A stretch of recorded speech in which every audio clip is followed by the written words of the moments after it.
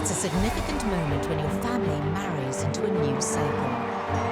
But becoming part of the House of Windsor is an altogether different matter. It must be an overwhelming sensation to know that you and your child are going to be forever associated with royalty. What is it like to suddenly find your family intimately within the royal orbit? Is it a dream? It was a total shock when it came. Or a royal nightmare? And I suppose in love. Whatever in love means. Outsiders have struggled to do well when they enter the royal family. You ever have disagreements about things? Oh, yes.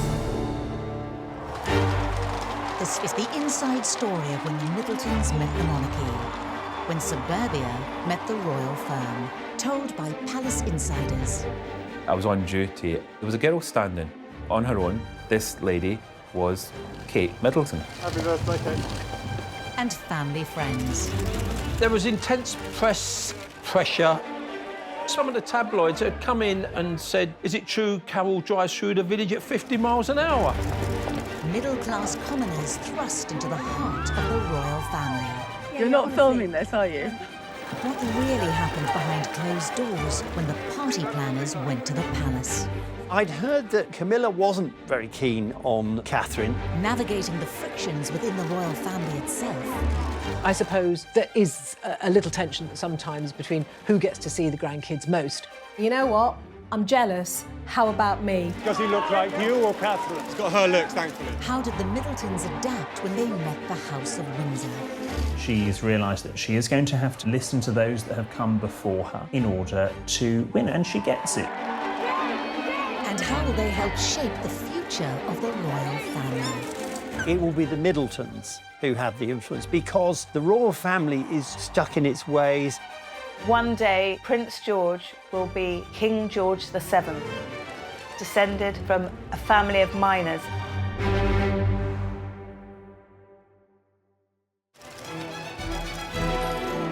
The Duke and Duchess of Cambridge are one of the most famous couples on the planet. Despite their very different family backgrounds, Kate started dating William while studying art history at the University of St Andrews. Little did she know this relationship would change her family's life forever. They are incredibly popular as young members of the royal family on whom an awful lot of responsibility has been placed. As a commoner, born into a middle-class home counties English family, Kate's integration into the royal family hasn't been easy. They started dating, but very quietly. No one knew very much about it, only their closest circle of friends. There's talk that when Prince Charles was younger, that his girlfriends used to call him Sir. I can't imagine knowing William that would be anything like that. Here we have the monarchy. It has its own peculiar rules and protocol which stretch back hundreds of years. Now, can you imagine stepping into that world and trying to integrate yourself? That is a very steep learning curve.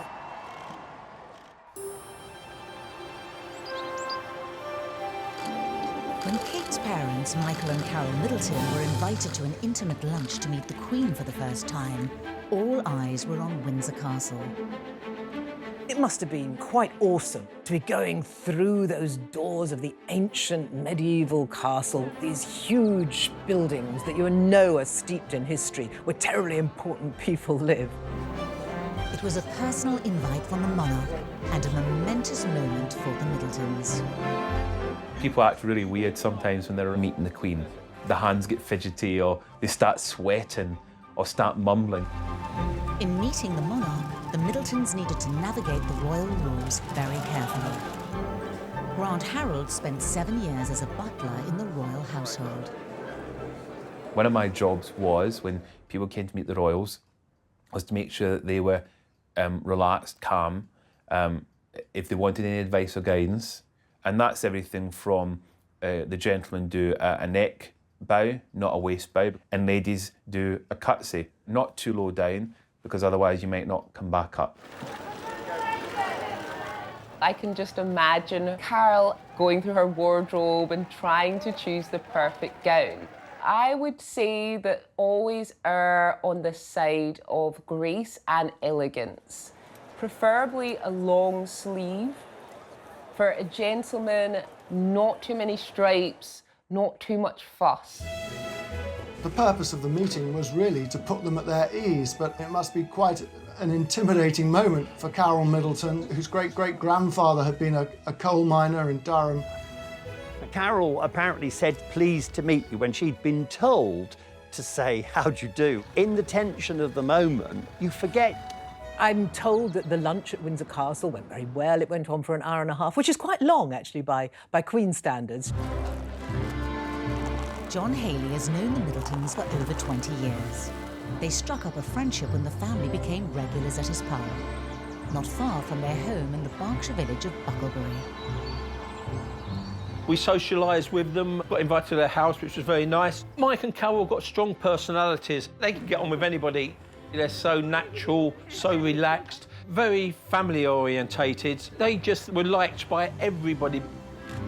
Historically, the in-laws have pretty much become outlaws, but I think Kate made it very clear to William she wasn't going to lose that close connection that she enjoyed with her own family. They're so isolated from ordinary family life, so there's an enormous gulf. We've seen in the past with people joining the royal family, it can be devastating. The backgrounds of Carol and Michael Middleton are worlds apart from the Windsors. Carol was brought up in the early part of her life in a council flat in an impecunious part of West London. You don't have to go back too far in the generations and you reach the Durham connection. For many generations, her family were coal miners. There have been lots of reports about Carol's very humble upbringings. She was kind of a grafter who moved up the ranks and became a flight attendant at British Airways. Michael comes from rather slightly grander stock. His family hail from Yorkshire, and they had made a fair bit of money. He became flight dispatcher for British Airways, and do you know what? They ran into one another, and love blossomed. The Middletons moved to Bucklebury in 1995. Kate and her younger siblings, Pippa and James, enjoyed an idyllic childhood. Bucklebury is a very quaint little village, as you imagine in an Agatha Christie story. There's a village green, a little butcher's, a newsagent's, little local pub. Bucklebury is quite a mixture of people. You've got some fabulously wealthy people, lovely big houses. They're a very close-knit community, and they all stand by each other. The Middleton family are incredibly close. Pippa Middleton is Kate's best friend. They were brought up together. There's only a year or two gap between them. Kate, Pippa and James were brought up impeccably. Kate is very similar to her father. She is more thoughtful and more discreet, perhaps, than Pippa, and quieter. Personally, I think that the Pippa is more like her mother. She's very outgoing, very sociable, loves partying. Mike and Carol, they're strong people. Very loyal, down-to-earth, hard-working couple. The kids would come in and play in the garden, just like any other family. Carol set up her party pieces enterprise on the kitchen table. Michael then came into the business with her and they turned it into a very successful party paraphernalia business. They're very ambitious. Carol has been said to be a perfectionist, and it certainly paid off for the Middleton family. A wealth of opportunities opened up for the Middleton children, and all three were privately educated. At the age of 14, Kate was sent to the prestigious Marlborough College, where fees can hit almost £40,000 a year. Carol was determined that they would go to very good private schools. She wanted her daughters to make the sort of connections with the right sort of people. Pippa followed Kate to Marlborough College. The two of them were very competitive with one another. I think, if anything, Pippa became the better sportswoman. She went to Edinburgh, where she read English. At St Andrews University, Kate and William kept their burgeoning relationship very quiet. The press were sniffing around and saying, is there something going on here? But they would always say, no, we're just all housemates, you know how it is at university, load of students. And the rest of the Middletons treated the news with the utmost discretion. I've interviewed several members of the family over the years, and when William and Kate began dating, Carol actually phoned members of the family to tell them to be on their guard.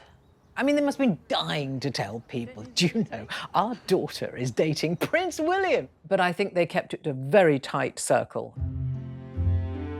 As William and Kate's relationship blossomed, William visited the Middleton family home in Bucklebury. I think that there are people that would say, we take us as we are. This is our house, our home, and you're invited into it. But I don't think they would necessarily then think they've got to put on a show. William and Carol struck a very close bond very early on. He would definitely have been happy to have a mother figure like Carol, who was very nurturing and reliable and trustworthy. The Bucklebury locals made William feel very much at home. The very first time actually Prince William came in, the first thing he was looking for was a mint Viennetta. So we then made sure that we were always covering the stock. And the family made a visit to the local pub. 2 tables were booked this particular evening by Carol. The second table was for his security. Kate walked straight in. She said, "Hi, John, how are you?" I said, "I'm fine, thank you." She said, "Oh, this is William, John." I shook hands, "Nice to meet you." And it was just so relaxed. They were in the conservatory having a meal, and the press came in the front, but they didn't even know they were there. A world away from the village of Bucklebury, however, William was planning the introduction of Kate to his family, and importantly, his father. When Catherine was taken to Highgrove, she would have been prepped by William. Charles and Catherine went for a walk in the garden on their own for a chat. They got on well, but Charles is, someone slightly unkindly put it, is a dry old stick. I think William would have said, look, he's a lovely man, but, you know, he's not the life and soul. I think that he would have admired the fact that Catherine was quite a mature, well-spoken, and quite a confident girl, actually. Charles really made a point of welcoming Kate into the family from quite an early stage. She was often invited for shooting weekends up at Burke Hall. It's Charles who largely taught Kate to stalk. Most of the royal family quite like playing games. They play quite silly games sometimes after dinner. I think she would have found plenty to enjoy with them. She was taken to Highgrove, to Sandringham. She was taken into these scenarios to judge whether or not she was suited to it, whether she could handle it, whether she hated it. There were so many lessons of Princess Diana because no one wanted another bride who was miserable. I'd heard that Camilla wasn't very keen on Catherine. She didn't shoot. She's not interested in horses particularly. There was too much of a gap and that William would feel it. But I think it's true to say Camilla later warmed to Catherine and recognised her solid virtues. Harry took some winning over. I think sometimes he felt that Kate was a bit straight and kept his brother a bit too much on the straight and narrow. And I do remember Harry telling one of their friends, "Oh, he's become so boring." But actually, he grew to love Kate and to see her as the sister, really, that he's never had. Catherine Middleton. After graduating from St Andrews University with a 2-1, Kate moved into her parents' flat in London. But she was soon hit with the harsh reality of being the girlfriend of the future monarch, catapulted into the centre of a media frenzy. Suddenly, overnight, everybody wants a piece of you. Now, psychologically, that can have a hugely stressful impact. In fact, some people who've become famous overnight describe it as being very traumatizing. She'd be surrounded by news crews, 20 cameramen. It's pretty tough, but she didn't complain about it publicly. Kate was advised to watch a film of how Diana dealt with the press. That might have been a salutary lesson for Catherine. You've got to accept that early on, you're not going to like it.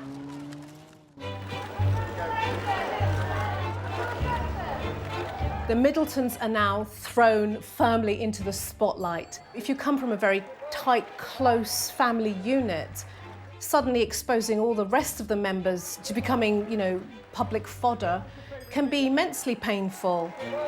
Some of the tabloids had come in and said, is it true Carol drives through the village at 50 miles an hour? Well, it's totally untrue. Mike and Carol got strong personalities, so they was able to deal with this. I noticed the odd time they bumped into a reporter in the pub, they would just say, I'm sorry, we don't talk to the press. Carol and Michael were invited to William's passing out ceremony at Sandhurst. Carol got some very unfair criticism for chewing gum in public.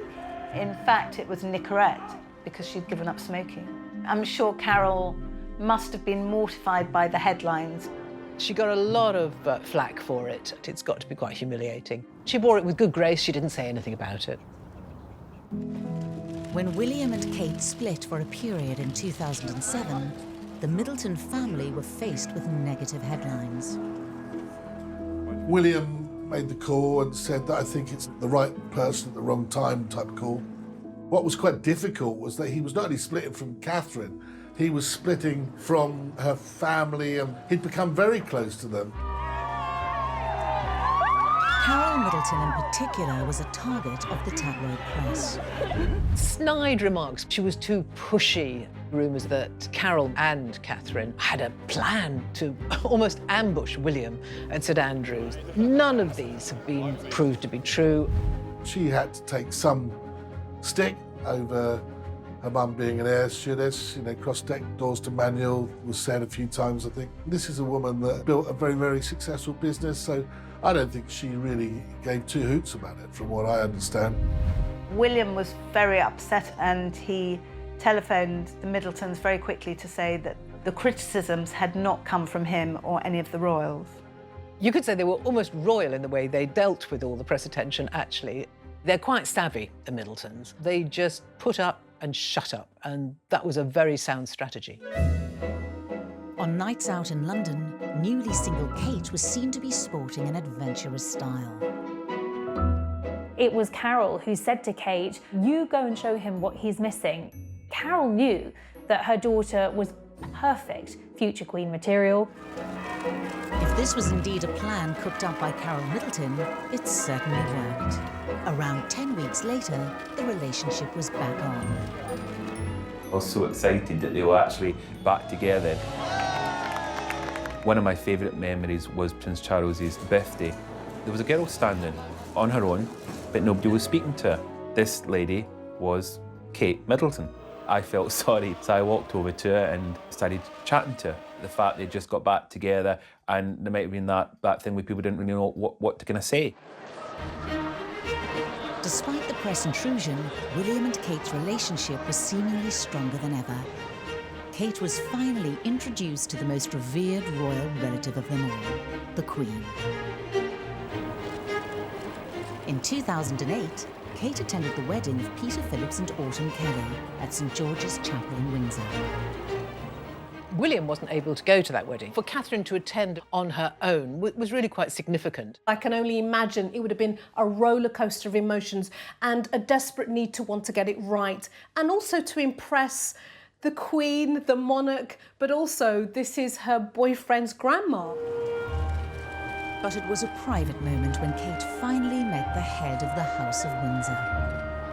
It would have been carefully choreographed by royal advisors. She would have been told, just to wait for the Queen, and the Queen would have had someone there to point out Catherine.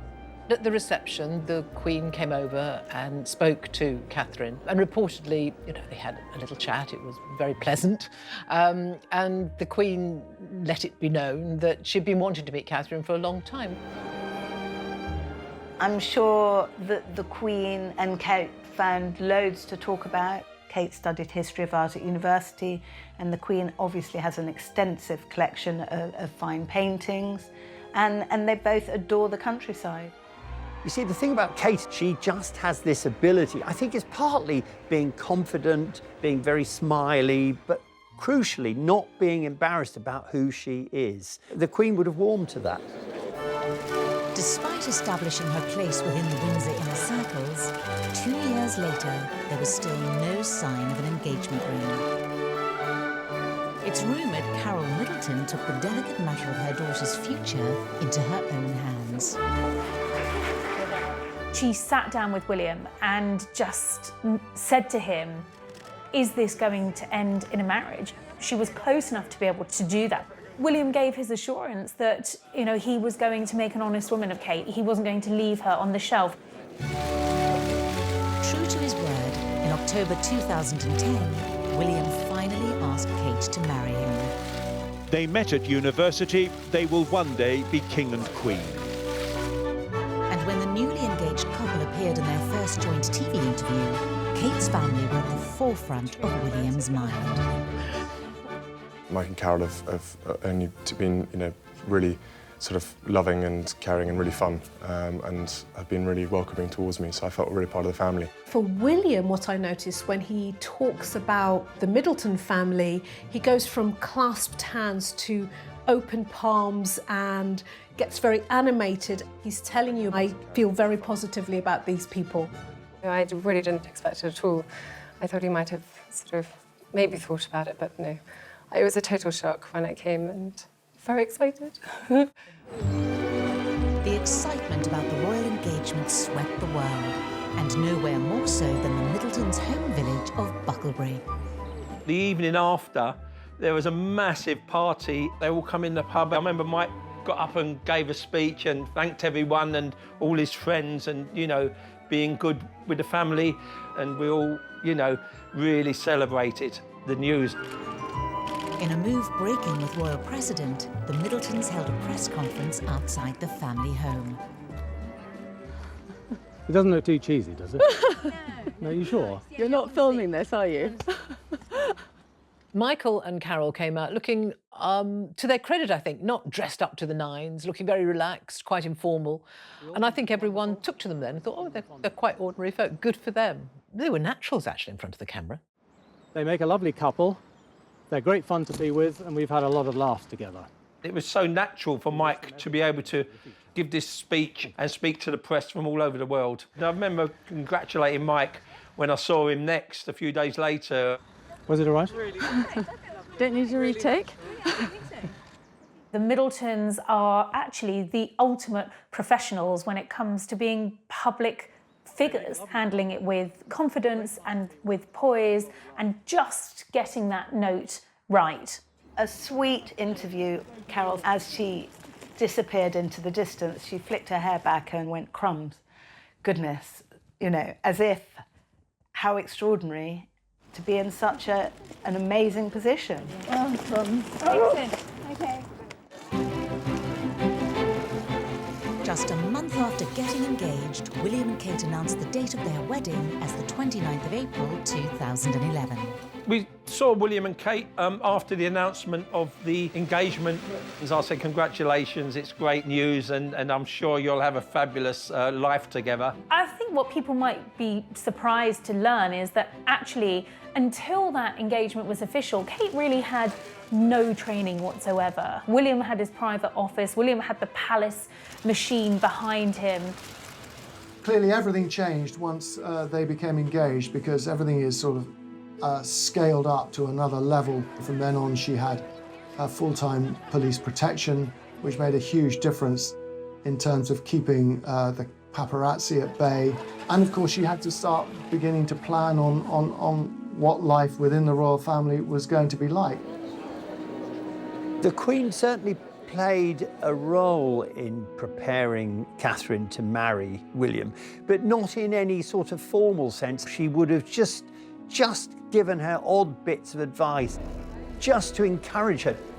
The reality is, the Queen lets members of the royal family find their own way, and that's the way she did it. There wouldn't be some sort of, you know, blackboard up, this is how you become a royal wife.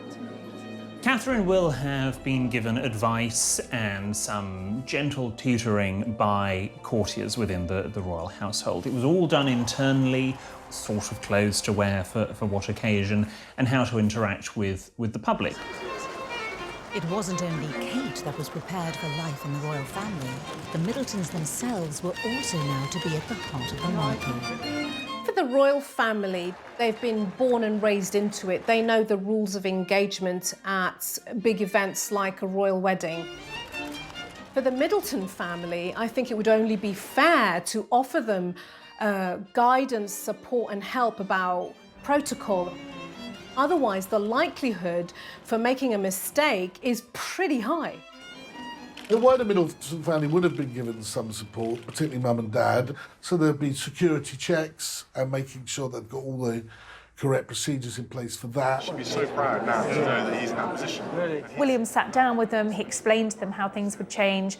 He made sure that he was there for them. Carol had William's number in her phone, as did Michael, so that they could call him if they needed him. I remember from a butler's point of view, when I joined, you're made aware from that day forward, your life is never going to be quite the same. So can you imagine when we're talking about Kate Middleton and her family marrying into the royal family?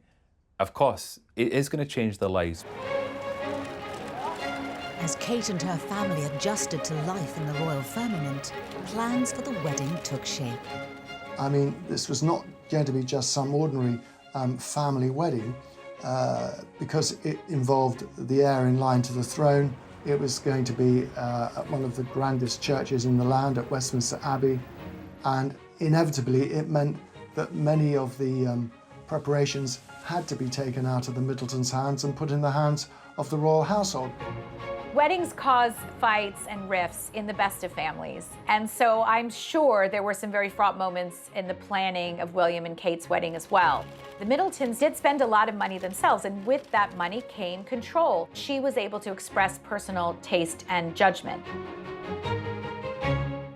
The thing about Catherine that works so well is that she does have her own mind, and she does like to make decisions about what she does and how she appears, but she does it within a framework that's acceptable to the royal family.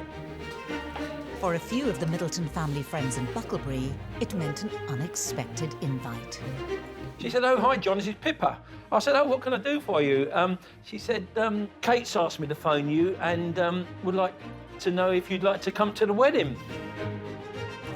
It was just great of Kate to invite a couple of dozen friends from the area. It says something special about Kate because, you know, she didn't want it just to be a royal wedding. She wanted her family there, her friends there. And there was one member of the Middleton family in particular who had captured the press and public's imagination. No one really knew who Pippa Middleton was, but my goodness, if you didn't know who she was before the royal wedding, you certainly knew who she was afterwards. I think that dress certainly propelled her into the public domain, with many people discussing her look and her shape and so on. It had a series of beautiful little satin buttons down the back, all the way down the back, in really rather a demure but undeniably sexy way. And it was Pippa's rear, which caught the attention of the media almost more than the royal bride. These two families from very different worlds came together publicly for the first time as they stepped onto the balcony of Buckingham Palace.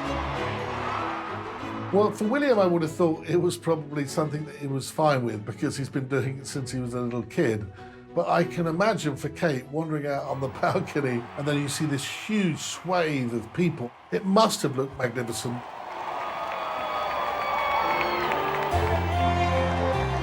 For now, all eyes may have been on Kate and William, but after the wedding, attention quickly turned to Pippa once again. She had become her royal hotness. And there was a brief spell when everything Pippa did almost eclipsed what her sister was doing. I think Pippa found that quite hard. I've met her once or twice, and you know, she didn't seek this publicity, and she had no idea quite what it was going to do to her. Pippa wasn't alone. For the entire Middleton family, their sudden elevation into the aristocracy brought with it a unique set of problems. Not least that they still had to earn a living. The Middletons didn't seek the spotlight, but by their circumstance and, of course, who they were and who their daughter had married into, they were the subject of intense scrutiny. And unsurprisingly, their business was something that the press really pored over. Carol set up the family business, a mail-order party supplies company called Party Pieces, in 1987. Whenever a new line came on the Party Pieces website, people would be looking to see if that was slightly going to infringe royal protocol. Are they exploiting the royal connections by choosing things to sell? It wasn't bad publicity for their company, but that's not their fault. They didn't choose their daughter's husband. They're a hard-working family. They built up a very, very good business, and the press were being very unfair to them. After her starring role in the wedding, Pippa Middleton was a particular source of fascination to the press and public, and potentially a flashpoint with the royals. She, like Diana's brother Earl Spencer, came under the spotlight quite a lot.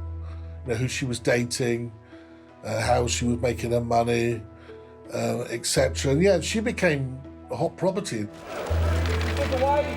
She really was one of the most sought-after socialites on the London party circuit. I mean, I remember being at events and Pippa turned up, the photographers would go crazy. But with the eyes of the world and the royals upon her, she began to feel the pressure.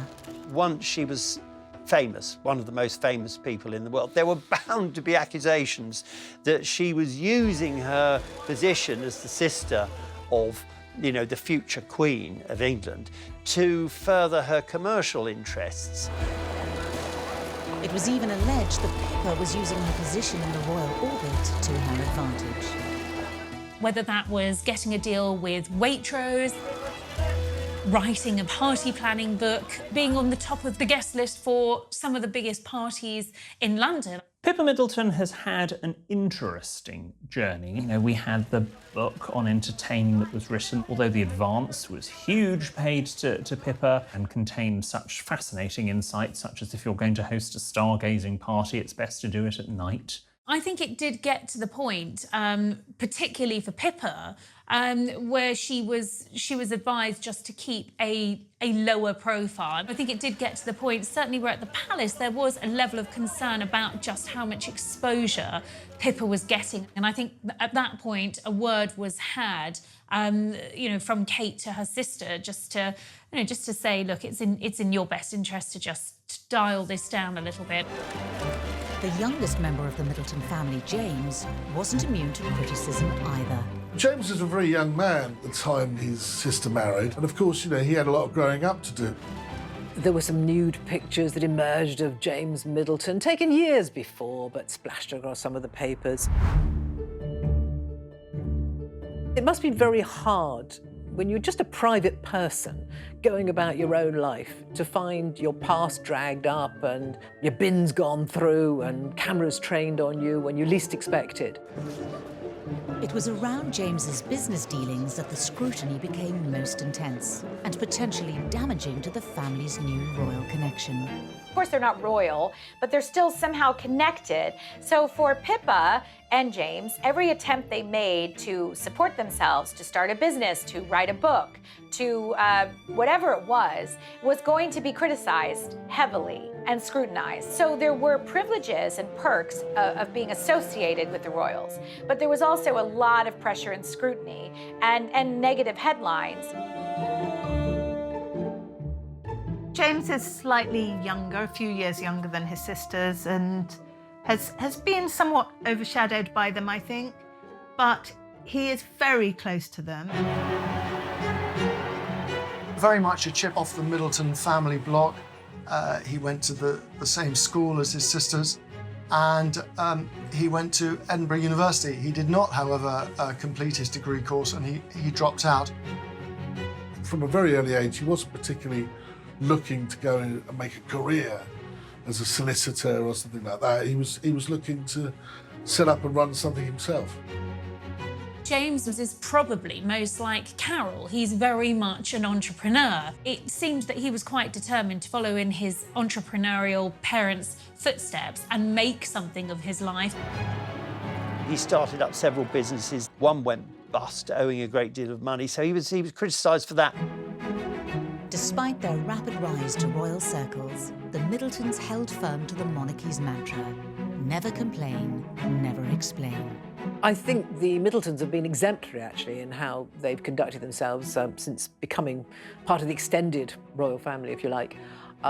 They have maintained absolutely the first rule, almost the only rule, which is to be discreet. They've just been in the background, supporting William, supporting Catherine. I think they've fitted in quietly and calmly and handled it all with immense aplomb. Upon her wedding to Prince William in April 2011, Kate was no longer a Middleton. Catherine, Her Royal Highness, the Duchess of Cambridge, was now a Windsor, married into one of the most famous institutions in the world. The amount of scrutiny that she felt beforehand was nothing compared to the amount of scrutiny that she would face the rest of her life. A true baptism of fire for any royal is their first overseas engagement. And for Kate, just 2 months after her wedding to Prince William, she faced a daunting 9-day tour of Canada. They don't get much sleep when they're doing those tours, but at the same time, they're really important that they do them. I once said to the Prince of Wales, I hope you enjoy your vacation. And he's like, it's not a vacation, it's a tour.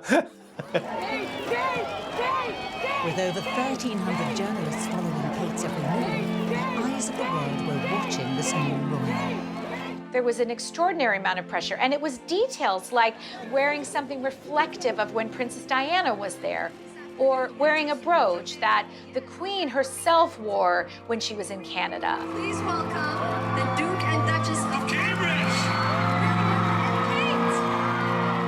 Despite wowing crowds overseas, back on home soil, Kate faced more pressure as she struggled to hone her royal skill set.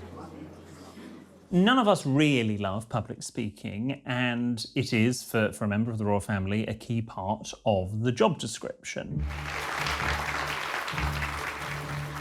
Now, Catherine's first speech in public is slightly painful to watch because it's not terrible, but it's not great. First of all, I'd like to say thank you. Thank you for not only accepting me as your patron, but thank you also for inviting me here today. You can see that she was incredibly nervous. There's zero personality, but to be perfectly honest, for a royal speech, you're not massively meant to put personality in, but you can put a little bit more than what Catherine gave it. It is a shining example of the support and the care that is delivered not just here, but in the children's hospice movement at large, up and down the country. The first chapter of Kate's life as a Windsor had started with a whirlwind. And Kate was now faced with her first official royal Christmas at Sandringham. What to give someone for Christmas is always a nightmare, isn't it? And what do you give the Queen? Catherine absolutely hit the nail on the head when she decided to give the Queen some homemade chutney. And I think the Queen would have absolutely loved that. And then she showed her sense of humour and her great relationship with Harry by giving him a grow-your-own-girlfriend kit. And they would have loved that. Kate had come a long way from her days as a student at St Andrews University. But had her meteoric rise affected the relationships within the monarchy? You can't please everybody when you enter a new family. Now, if you think about Kate's position, she has been elevated in the pecking order of royalty, and she's now above Beatrice and Eugenie. Less than a year after Kate married into the royal family, rumours of tensions within the palace began to gather momentum as Prince Charles looked to streamline the monarchy. It's tricky for Beatrice and Eugenie, both born true royal princesses, to be bumped down the pecking order. Catherine was the scapegoat. She was the person who came in because she takes a senior position, has an effect on the rest of the family. A striking image from the Queen's Diamond Jubilee showed a new-look monarchy, with a former Middleton just a year into her royal marriage at its front and centre. It looks more modern, it looks more considered, but of course within the family it does cause these problems. From humble beginnings, Kate was now at the forefront of a modern monarchy. But it would be another new addition to the firm that would set in motion one of the family's biggest fallouts. Do you ever have disagreements about things? Oh, yes. Healthy disagreement. OK, the last thing you disagreed on, how do you resolve it? I can't remember, they come so thick and fast.